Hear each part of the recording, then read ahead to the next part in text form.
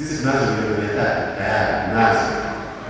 Nakutaka wewe ukope, wewe unataka naomba milioni 2 nianzishe. Yeye mpaka wanacheka. Sasa tunafanyaje?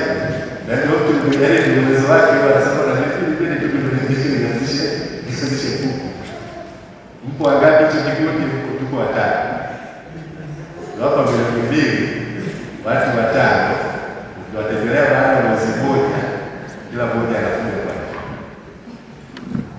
Ukiwafuatilia huko kwao, kila mmoja anafunga 2 watatu. Tutatoka kweli.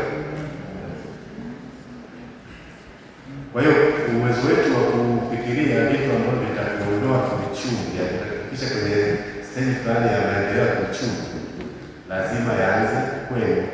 Yaani sisi ukituandikia hatuwezi kukwambia bwana sasa nimepita ukopeshaji.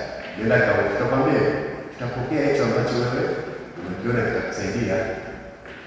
Usikae ukategemea kwamba utapata fedha fulani ya ajira muda wote alafu baadaye unaanza kuchukia serikali. Hata huku kupitia upande wa pili, ni serikali hiyo ukipata mkopo.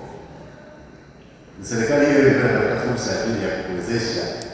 Lakini ukibaki mtaani, si unaweza kuweka mitatu, unabaki tu siajiriwi. Sawa, upate nafasi ya kuajiriwa. Njoo ukope huku.